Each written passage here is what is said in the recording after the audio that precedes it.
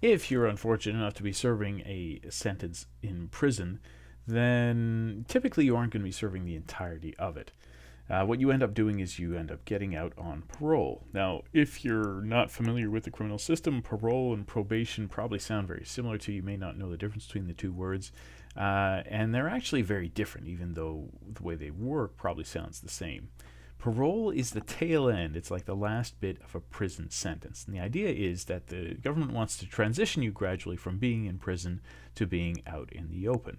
And let's say, for example, you have a 3-year prison sentence. It's possible that the last half of that is actually served not inside prison, but on parole. Like parole is your word. So it's you're out there, not in prison, but serving a prison sentence while you're out in the world.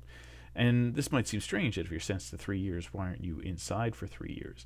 Well, the rationale is that, again, keeping in mind rehabilitation, keeping in mind actually protection of the public, that the public is much more effectively protected if you're transition more gradually into the community. Because once your prison sentence is up, if you don't have a probation order, then there's nobody who's really allowed to be reeling you in and keeping tabs on you. But as long as you're on parole, then the prison can always say, we can pull you back in.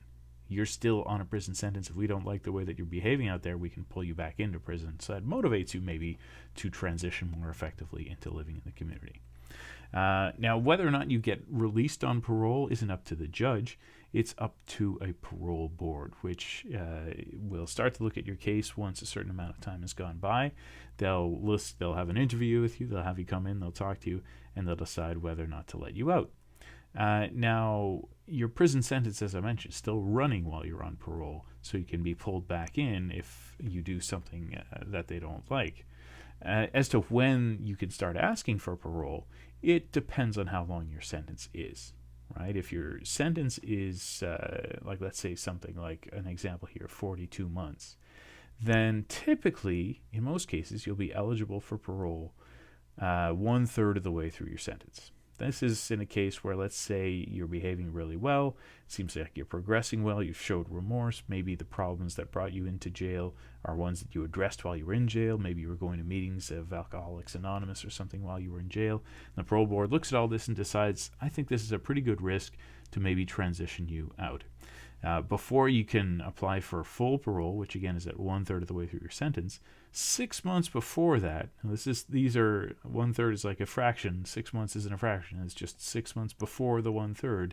Then you can apply for what's called day parole. Now, day parole means you're still sleeping in prison. You're still, your address is still prison, but you're being let out during the day, perhaps to get some job experience, perhaps again to slowly remove yourself from the full institutionalization of being in jail. Now, I mentioned that a lot of people start to become eligible around 1/3 for full parole. Full parole means that the parole board might decide, all right, head on out of here, maybe move into a halfway house first where we'll try and have somebody help you get a job so you can become invested in peaceful living and so on. If that doesn't happen 1/3 of the way through your sentence, maybe your first parole board hearing they say, you know what, you're not ready yet. I think you need to serve some more time in here. You're only half cooked. Maybe 6 months after that, you go back and you have another hearing. They say, well, we see you have progressed here. Let's let you out. Now, if really they're not too confident in your chances, at the 2/3 mark of your sentence, this is 2/3 of the way through this example of 42 months, 2/3 of the way through your sentence, really at this point, the parole board is supposed to let you out. They don't have to.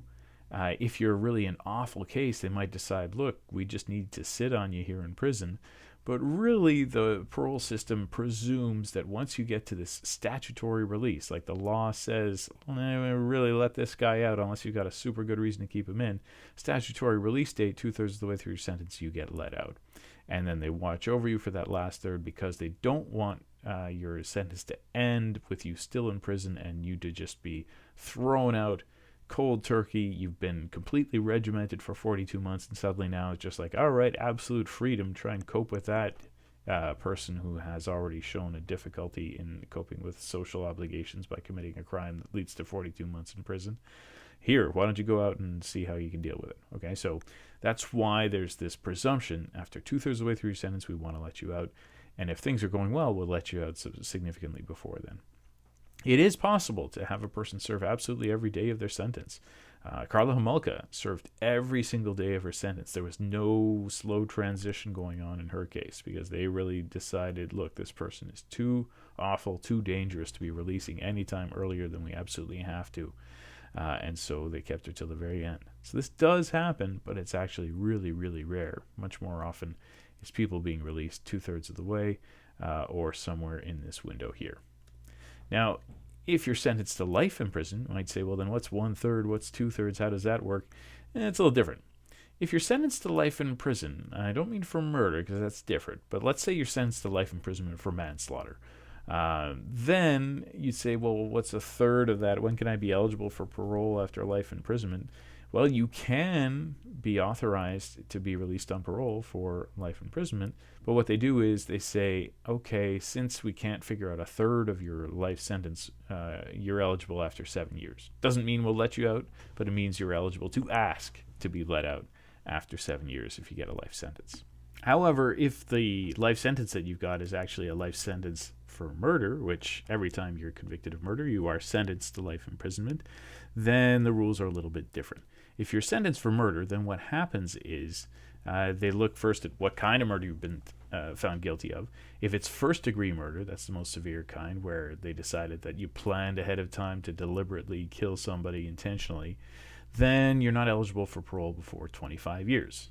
For second-degree murder, again, that's murder where you did want to kill the person, but you didn't plan on it ahead of time. It's just you were kind of surprised by the situation. You got really angry. You wanted to kill the person. You deliberately didn't actually kill the person.